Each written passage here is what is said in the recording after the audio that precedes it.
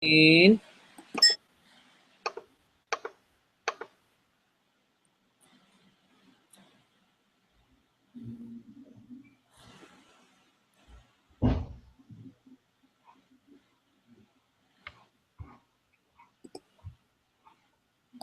Second, working on that. All right. There we go. Okay, can you see that? Yep. Okay, so I'll start on 1. It says other things constant if domestic and consumers purchase fewer foreign goods at each level of GDP in the short run. I put GDP will rise. Okay. I put GDP will fall. Because I don't. I forgot the reason why I put will fall, but it seemed to me it'd be about right. But you probably would be more right about that than I would. Well, I put. Let me explain why I put rise. My thinking was, if all other things are constant, if they purchase fewer foreign goods, that means they're still purchasing that same amount of goods. So it increases the amount of goods they're purchasing from within the country. Yeah. Does that make sense?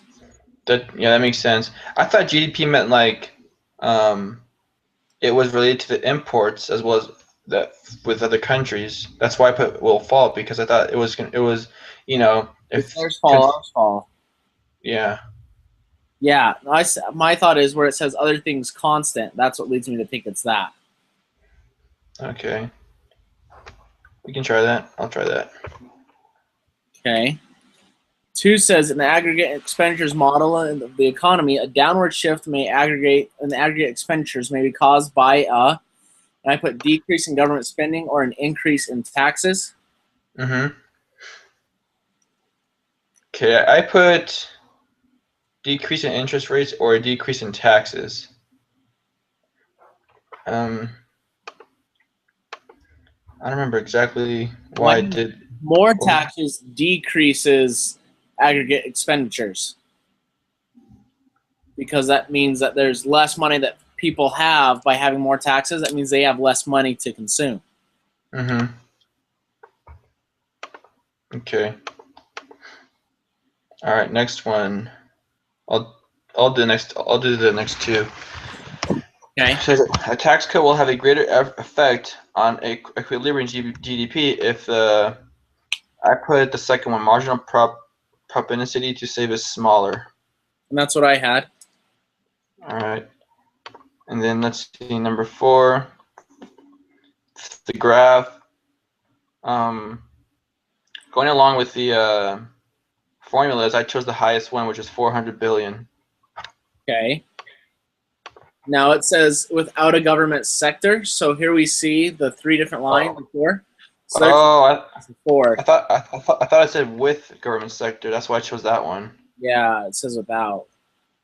Without would be the it would either be, let's see, 300 or 200. Well, it's open, so it's open to foreign trade too. So that'd be 300, wouldn't it? Because the XN represents the net exports. Yep. Okay. That looks good. I have 5 and 6. So 5 says leakages from the income expenditure stream are, and I put saving, taxes, and imports. Yep, that's what I got as well. Okay. And 6, the most basic premise of the aggregate expenditure model is that, and I put the total output produced in the economy depends directly on the level of total spending. Yep, that's what I chose as well. Awesome. All right, number 7. One basic assumption of the aggregate expenditures model is that, this one I didn't really get, so I chose the last option. The average price level in the economy is fixed. I wasn't sure on that one, but that's what I put as well. So. Okay, we'll try that. I think that's right, because let's see, the aggregate expenditure model that's all about, what does that refer to again? Isn't it C plus IG equals the aggregate expenditure? Or no, that equals the GDP. Yeah, no, the basic one is that prices are fixed, they're sticky, that they won't change. Yeah.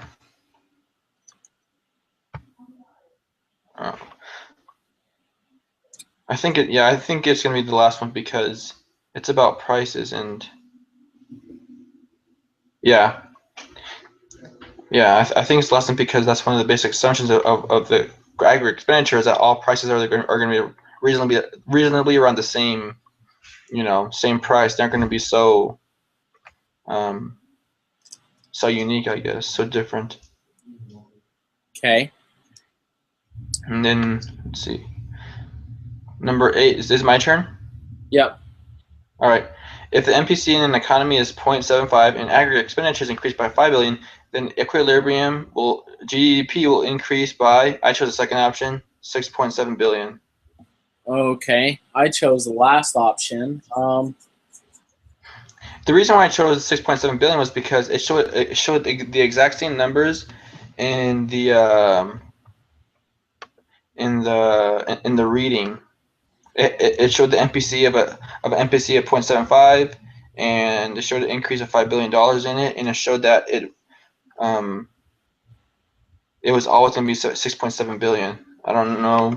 Okay. I don't know if you saw that. That's the reason why I chose 6.7 billion. What I did is I did the math. So the multiplier is equal to 1 divided by 1 minus the MPC. So 1 divided by 0.25 is 4. So 4 times 5 is 20. Mm-hmm. That's why I put that. But if you're that sure of it that it's number 2, I'm willing to go with that. Let me just see.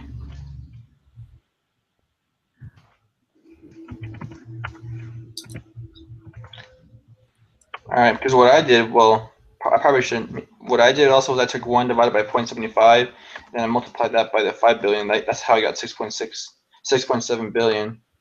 But the multiplier, the multiplier is 1 divided by The MPC or MPC or MPS. 1 divided by the MPS or 1 minus the MPC. 1 minus the MPC, which would make it 0.25. I think we'll go with 20 billion. I think you're right about that. Because if it was the MPS, then it would be 6.7 billion. Yeah. But here, this is the MPC, is what they're asking. Okay. So I'll take 9 and 10.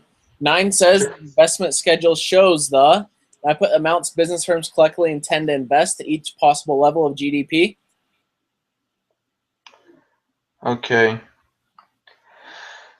I chose the first one, inverse relationship between the expected rate of return and the quantity of investment demanded. Okay. The reason why an inverse relationship, that's going to be, I don't know why it's not I taking feel like I time. got this one straight from the book. I'm trying to get in the book, but it's not letting me. It's slow. Yeah, let me try it.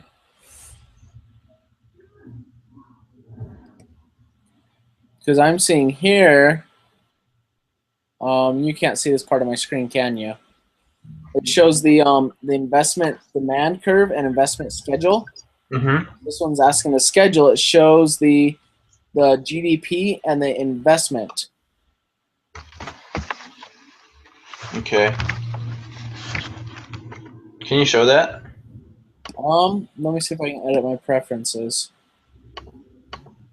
Stop sharing. Can you see me now? Yeah.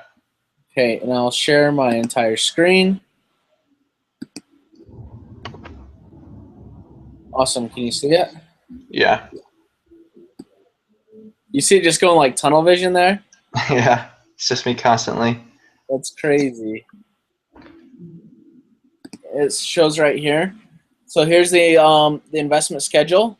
It shows the GDP in billions and the investment for every amount of that. Oh, okay. The other one? There's the definition right there. Yeah. Okay. That makes sense. Because so the one on the right is the investment schedule. What I went off the left one, which was the investment demand curve. Yeah, okay. That makes sense. All right.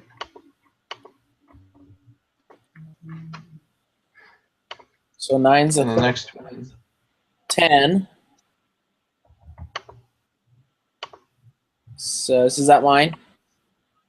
Yeah, the difference between the Yeah, investment it's yours. curve and the investment schedule is that the former shows I put an inverse relationship between investment and the interest rate, while the latter shows no correlation between investment income. I can show you that. So there's Yeah, I investment got that as well. interest rate. Sweet. Okay, 11. You want to take the Or next two? 11. If the expected rate of return on investment decreases, most likely then will be, I chose investment schedule will shift downward. Okay. On the rate. Because Yeah, go ahead. because the reason why I chose that one is because I was looking at, well, actually, no, it would be going up. Why did you choose it? Why did you choose to go upward? So right here in 11, you see the graph. Here's the investment demand curve. So there's the expected rate of return. If it goes down, the investment schedule will. Oh, I know why I chose this. So the reason I why I think chose, you're what was right. Yeah, that? I think you're right. That's what I was thinking, because if it decreases, it would have to shift downward as well. Mm-hmm. Yep. No, that's right. All right. Number 12. In a private closed economy, the equilibrium condition for the economy is, I chose the first option because it would have to be the C plus IEG equals GDP along with the aggregate expenditures. Basically, they need to be in sync if they're going to be in equilibrium. Okay, that's what I had. I'll take 13 and 14. 13, I'm not too sure on. It says when Okay. aggregate expenditure is greater than GDP, there will be so they're spending more than their GDP. So they're going to have unplanned decrease in their inventories, correct? Yeah. And I knew that. I'm not sure whether GDP would increase or decrease, though. I chose the last one. I chose decrease because if you look on do you know the table that they give you? They show you about the differences of the GDP, the aggregate expenditure, and along with unplanned and so forth, where it has like an increase and decrease of employment. Is this it right here? Um, no, that's not it. It was the like it has like several columns in it, like 1 through 7, I think. Okay. Trying to find it. Where is it? So it was on page 3, table 11.2.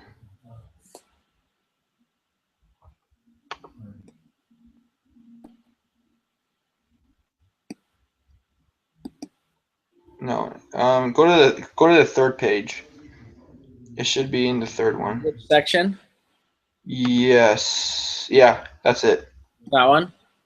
Yeah, and if you go down, you'll see a table eventually. Here, go up again.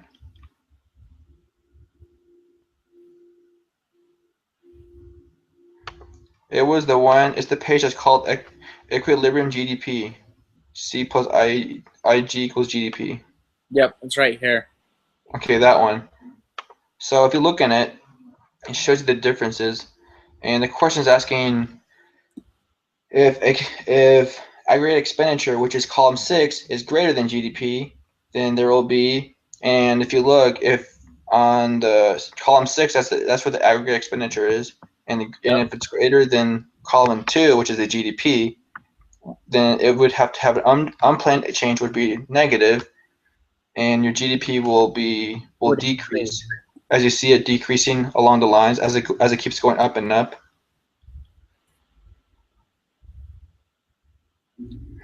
Because so we're talking about this area right above the equilibrium, right? Yes, that area, yeah. So the what's marked in blue is the equilibrium, and Yep. then as you go up, as your aggregate expenditure increases, becomes greater, you can see that your GDP is getting less, as well as your unplanned changes in inventory is getting less and less, from -5 to -10 and all the way down to -25. And you can see on the column 2 that it goes from 450 to 430, 410, and just keeps getting lesser and lesser. And that's the reason why I chose that one. I don't know. Does that make sense to you? I mean, It's the unplanned decrease in inventories, but I think what you're talking about right here, the GDP, it rises from 370 all the way up to 470. does it? Let me see. So the GDP rises until it hits that level. Wait, 450 to 370, not 4. From 370, 390, 410, 430, 450, 470. But if you're going, well, yeah, but as you do that, your aggregate expenditure is getting less and less.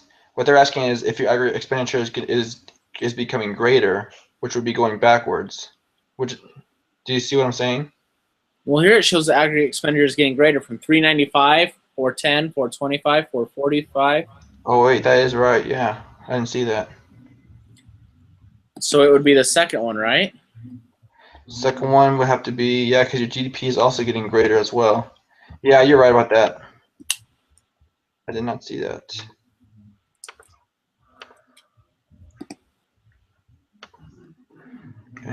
Okay.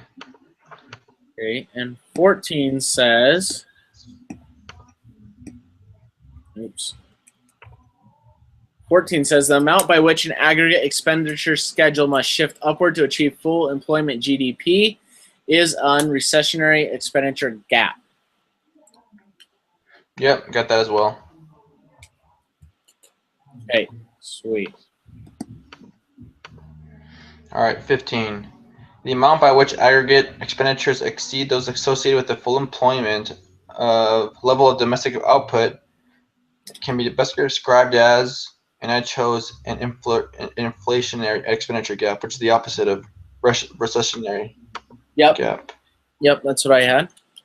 All right.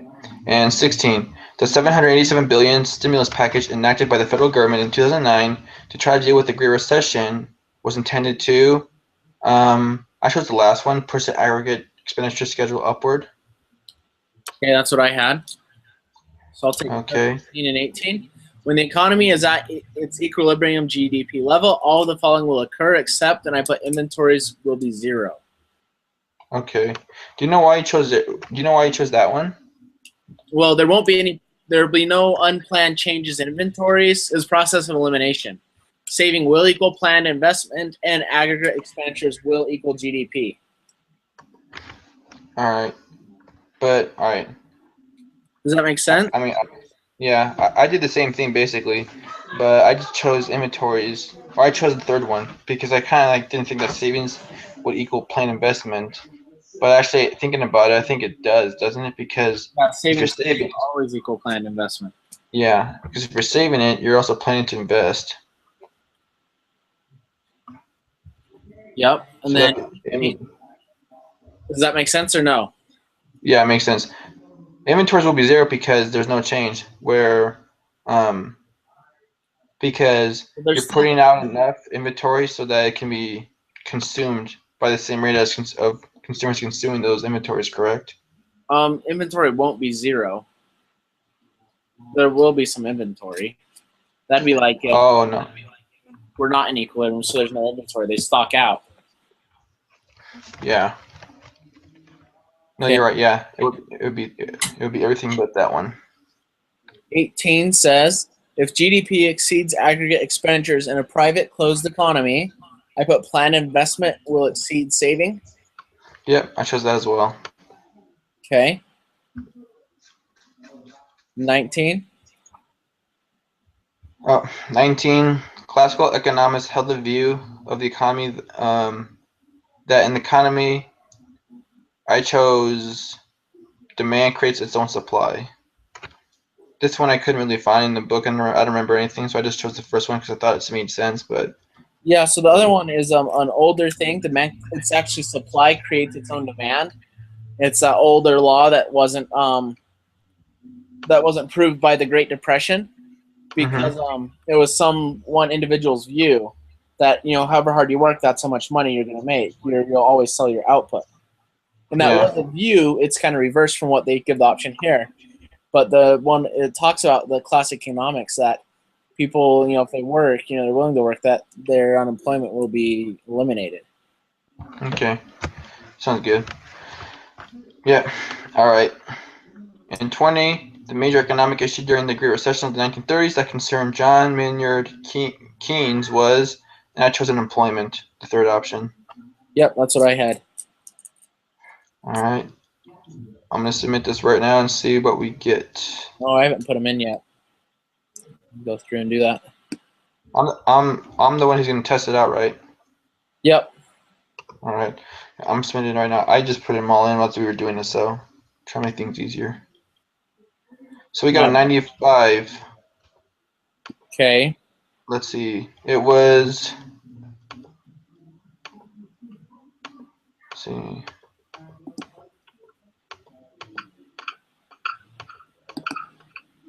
It was 18. 18 will be saving will exceed planned investment instead. Okay. So number 1 is the first one, right? Yeah. So basically everything's right except for 18. 18 was just the one that we got wrong. Okay. Awesome. Sweet. Next week, same time? Yeah, same time. All right. Sounds good. Are you gonna put the video up on the discussion board Yep. pretty soon? Always do. All right, sounds good. So I can go ahead and say that I was present during the meeting. Yep. All right, sounds good. All right, well, you have a good week. You too, man. Yeah, bye. Bye.